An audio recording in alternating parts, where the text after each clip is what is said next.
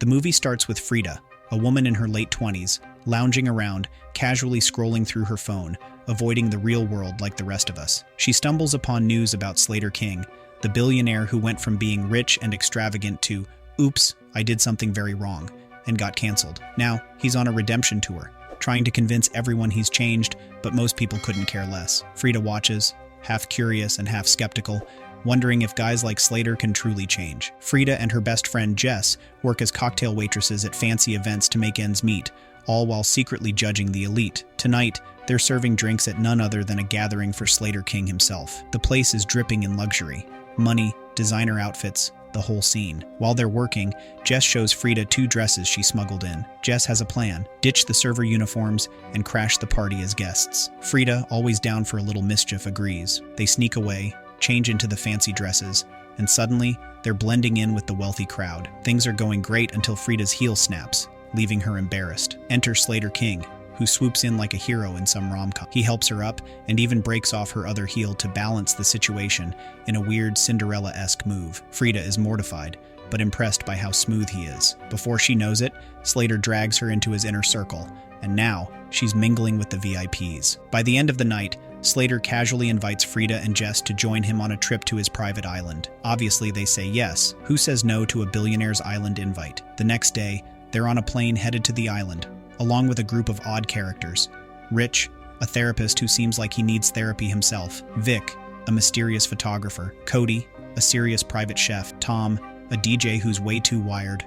Lucas, a confused recent graduate. Sarah, Slater's reality TV star girlfriend. And Cam and Heather, 2 party girls who are loud and carefree. When they arrive, they're greeted by Stacy, Slater's frosty assistant, who immediately confiscates everyone's phones. Privacy, she says. Sure. Frida is shown to her lavish room, more like a mini palace, where she finds a bottle of perfume waiting for her. She sprays some, but then a maid, looking like she wandered off a horror movie set, walks in, mutters something about a red rabbit, and leaves. Frida shrugs it off and continues to enjoy her island vibes. At first, everything seems perfect.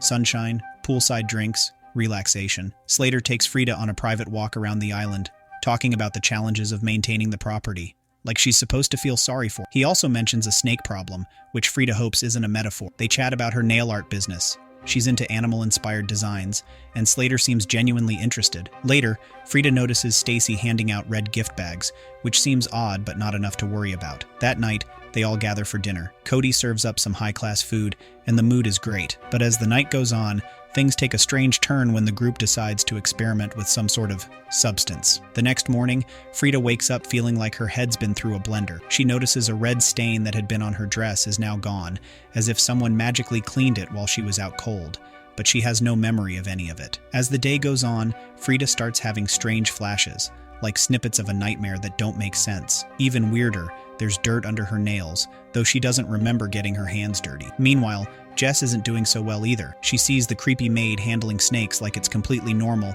and starts getting seriously freaked out. Later, Jess confides in Frida, saying she feels like something is very wrong. Jess starts getting nosebleeds out of nowhere, which Frida takes as a bad sign. Things escalate when Frida, while looking for Slater, runs into the maid again, who offers her snake venom liquor, because nothing says relax like venom. Against her better judgment, Frida drinks it, regretting it almost immediately. Things continue to spiral when Frida notices Sarah with a suspicious bruise, and, to top it all off, Jess goes missing. When Frida asks about her, Cam and Heather act like they've never heard of Jess, all while using Jess's lighter. Freaked out, Frida rushes to her room and finds a knife hidden behind the mirror. As she stares at it, she has a flashback of Jess telling her to hide it. Now Frida's sure something horrible is happening on this island. Desperate for answers, Frida teams up with Sarah, who also suspects something is off. Together, they sneak into a room where Frida had seen the red gift bags earlier. Inside, they find more of that snake venom liquor. That's when it all clicks. The perfume everyone's been using is from a flower that makes people lose their memories, while the snake venom acts as an antidote, restoring them. They mix the venom with tequila and get Cam, Heather, and even Stacy to drink it. Stacy has no idea what's happening, but goes along with it. Soon, the island's perfect facade starts crumbling, and as everyone begins to realize what's really going on, Frida seizes her chance. She sneaks into Slater's office. Determined to find their confiscated phones, Frida sneaks into Slater's office while Sarah stands watch, ready to signal if anything goes wrong. While hiding, Frida flips through Slater's belongings and discovers old photographs from a previous trip. Suddenly, she's hit with a severe nosebleed, and it's like a floodgate opens.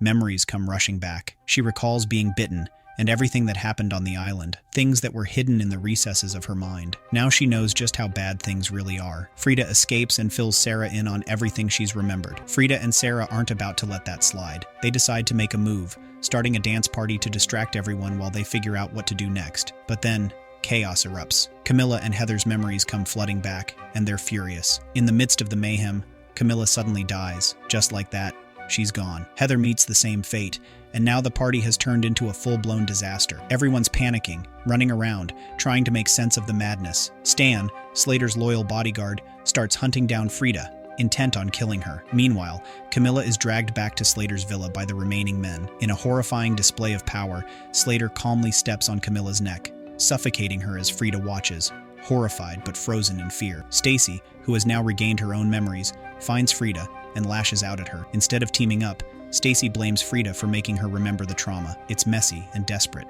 leaving Frida barely able to process what just happened. Then, more noise outside draws Frida's attention. Lucas, the only guy who wasn't involved in the atrocities, starts remembering everything he witnessed.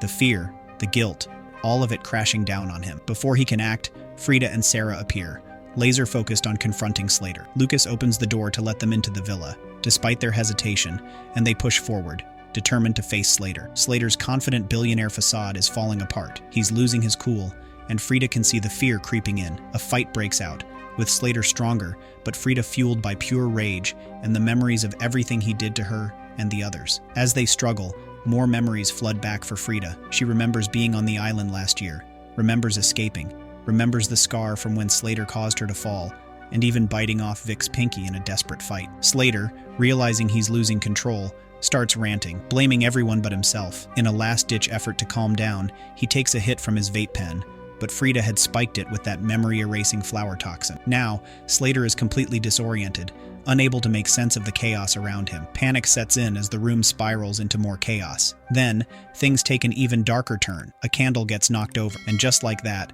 the villa is engulfed in flames. Frida is not about to let Slater escape. She drags his confused self out of the burning building, determined to make sure he faces the consequences. Inside, Vic is left to burn. Outside, Frida begins talking.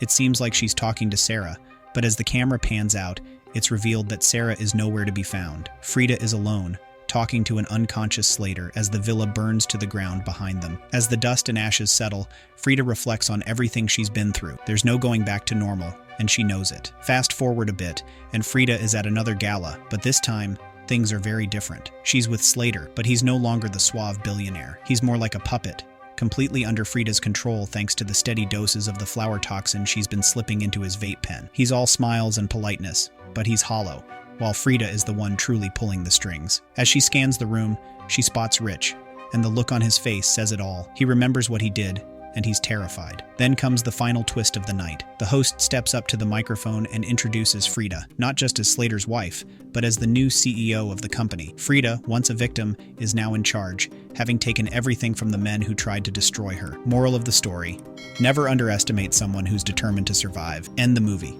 Thank you for watching. See you in the next video.